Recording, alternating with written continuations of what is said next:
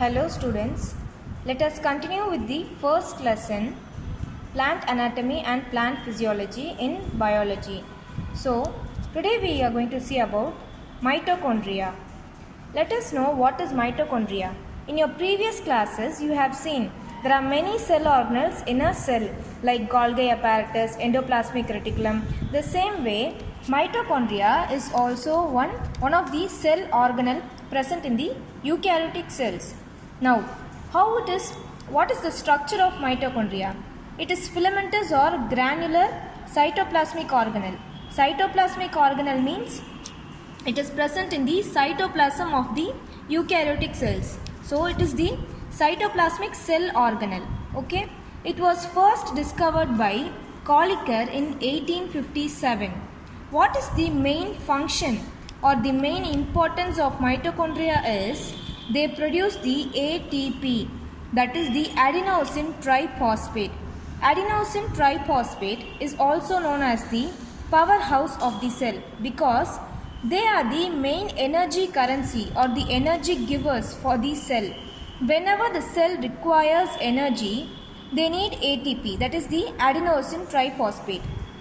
And this adenosine triphosphate is produced by the cell organelle mitochondria. Okay? So, let us see what is the structure of mitochondria. Mitochondria has two membranes, the outer and the inner membrane.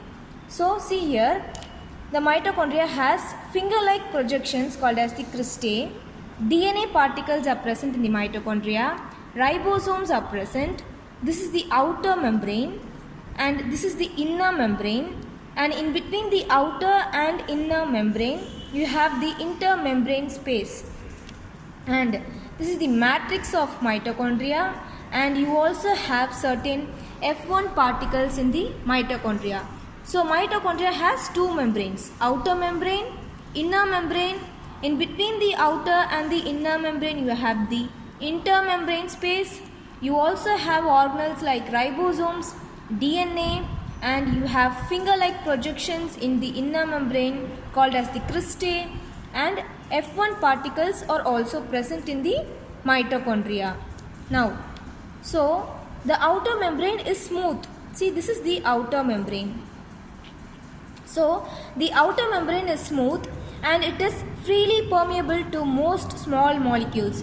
Freely permeable means easily molecules can enter the outer membrane of mitochondria, whereas the inner membrane is semi-permeable.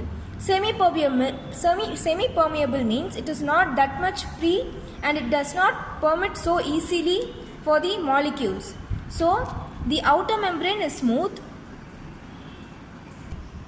So, the outer membrane is smooth and it is freely permeable and allows most of the molecules, whereas the inner membrane is semi-permeable and it also has finger-like projections called as cristae. So this is the finger-like projections. Okay, these are the finger-like projections which is present in the inner membrane of the mitochondria. Now why these finger-like projections are present? These cristae junctions actually increase the inner surface of the mitochondria. So it increases the surface of mitochondria and it also gives space for many enzymes to be present inside the inner membrane. And you also have certain tennis racket shaped particles inside the inner membrane. So they are called as oxysomes or F1 particles. So this is the structure of the F1 particle or oxysome. It has a stalk and F1 particle is present. So these oxysomes are present in the, see, this is the F1 particle. So these are the minute oxysomes or F1 particles present in the inner membrane of the mitochondria. Now what is the function of the F1 particle or oxysome is, they involve in the ATP synthesis. They help in the ATP synthesis of mitochondria. Then mitochondrial matrix has a complex mixture of proteins and lipids. The mitochondrial matrix has a mixture of proteins and lipids within them. So now let us conclude with the functions of mitochondria. What are the functions of mitochondria? As I have already said, this is the powerhouse of the cell. Why it is called as the powerhouse of the cell? because it helps in the production of ATP, adenosine triphosphate. So it is the powerhouse of the cell. That is the main function of the mitochondria. One more function is it actually maintains the calcium ion levels in the cell. So within a cell, within a eukaryotic cell, the calcium ion levels are managed or maintained by mitochondria. One more function is this mitochondria regulates the metabolic activity of the cell.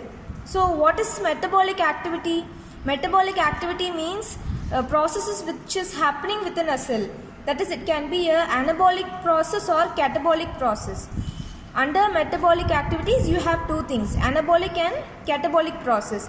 Anabolic means making of complex particles, for example making of nucleic acids or any enzymes, so that is called as anabolic. And catabolic means breaking of complex molecules. So both this anabolic and catabolic process comes under the metabolic activities within the cell. So this metabolic activities also happen with the help of mitochondria. Okay, so this is all about mitochondria.